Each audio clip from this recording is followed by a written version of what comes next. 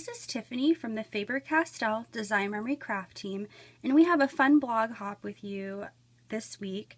It is with DCWV. They make these awesome accessible stacks of cool papers and in this case textures, and they're usually sold at Michael's or Joann's. So I have this cool shadow box looking frame that I picked up at Michael's, and I'll be showing you how to make these various little mixed media Easter eggs. So let's begin.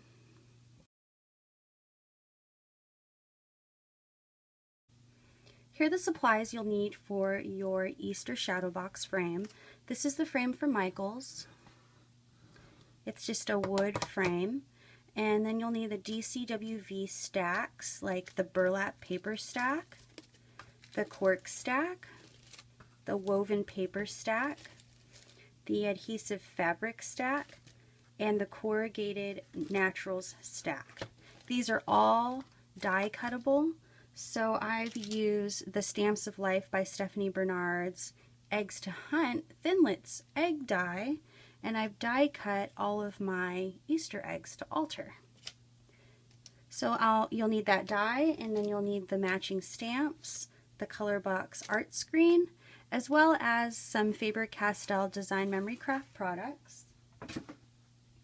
I'll be using gesso, whipped spackle, glass bead glitter gel, some paper crafter's crayons with a mini iron, some gelatos. I have green tea, margarita, bubblegum, raspberry, and snow cone. These are all the tropical colors plus the green tea, as well as the Stampers Big Brush pens in violet and light turquoise. And then if you want to embellish your eggs, of course you can use any embellishments that you want. So let's begin.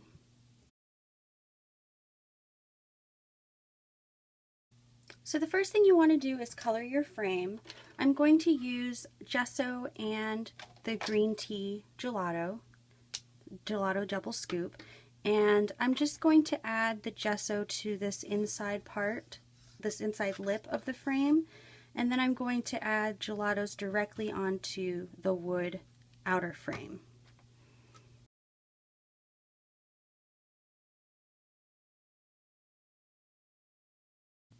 The gelatos double scoop size is perfect for these larger projects because they're twice the size of the smaller ones, so you don't have to go over it so many times.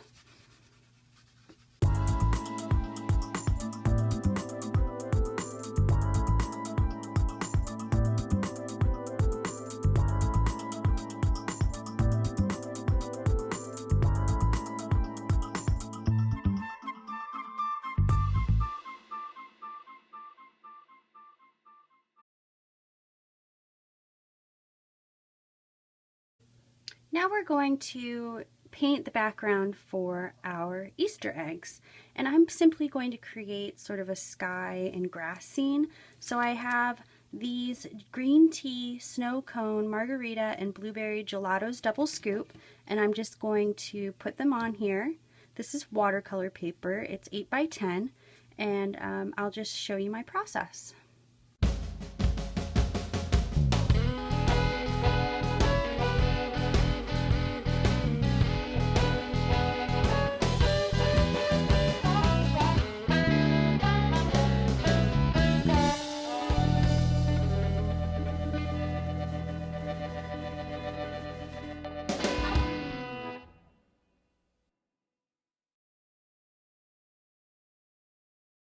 Now, using some gesso, I'm just going to create some cloud formations.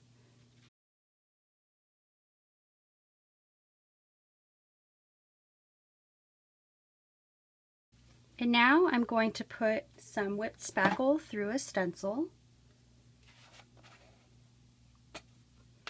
just to add some texture to the clouds.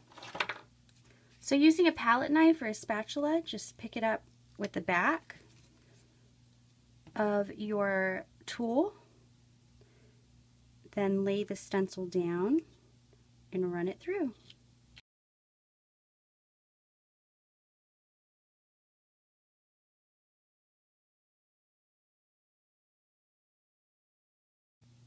For some interesting texture, I just added some washi tape to the sky and some different blues. And now I'm going to add some smears of melted Paper Crafters crayons. I have my Clover mini iron set on high, and I'm going to start with the grass. All you have to do to melt the crayon is to sort of scribble onto the iron itself. Let it melt up real good, and then you just swipe.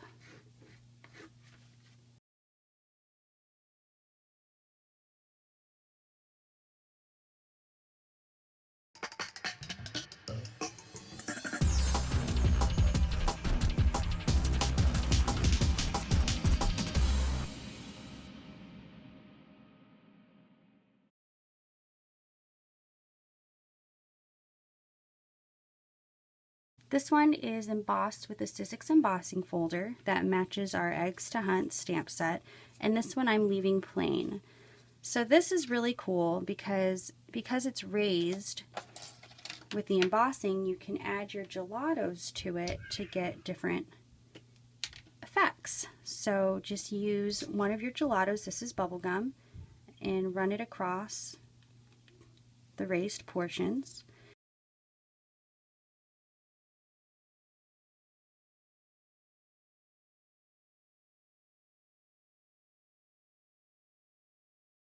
And then I really like the texture of this just plain, so I'm just going to highlight it with my snow cone gelato.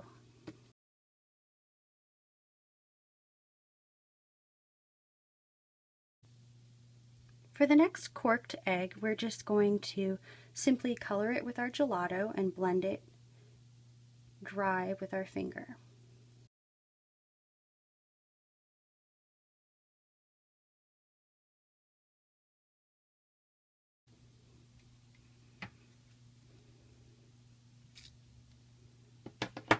Here's one of the naturals in the corrugated cardboard, and what I'm going to do is melt some crayons similar to what we did for our background. I'm going to start with the dark color and then go into the light.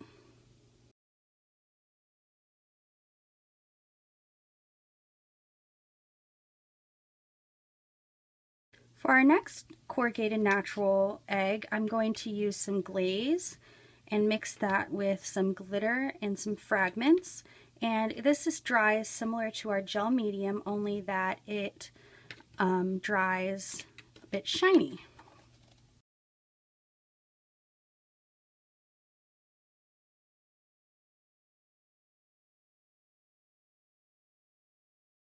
For the next egg, you can simply color it with a gelato, and you can pick up a lot of that interesting texture on the egg, and then just blend it using your fingertips.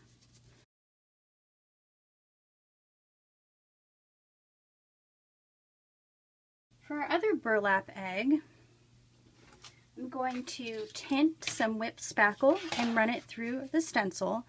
And the easiest way to tint the whipped spackle is to color directly onto a surface like a palette or a paper plate or butcher paper. I'm using the Margarita Gelato's Double Scoop. And then take your whipped spackle, just a small amount, and blend it in with that gelato.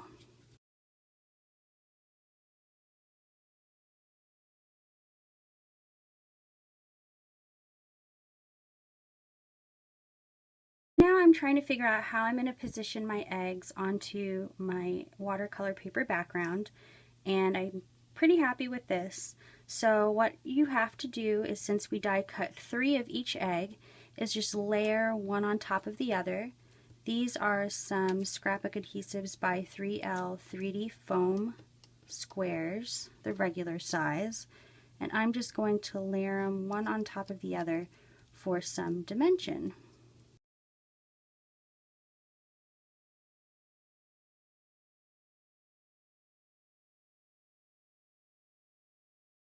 And then I've cut some fake grass using my Sizzix Tim Holtz Alterations die. This is the tapered fringe. And I cut multiple strips so that I could layer some grass down here at the bottom.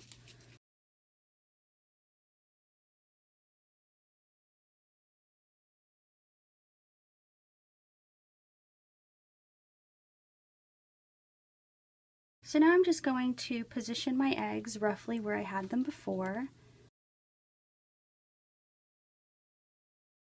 So here are the little mixed media Easter eggs all adhered to the frame.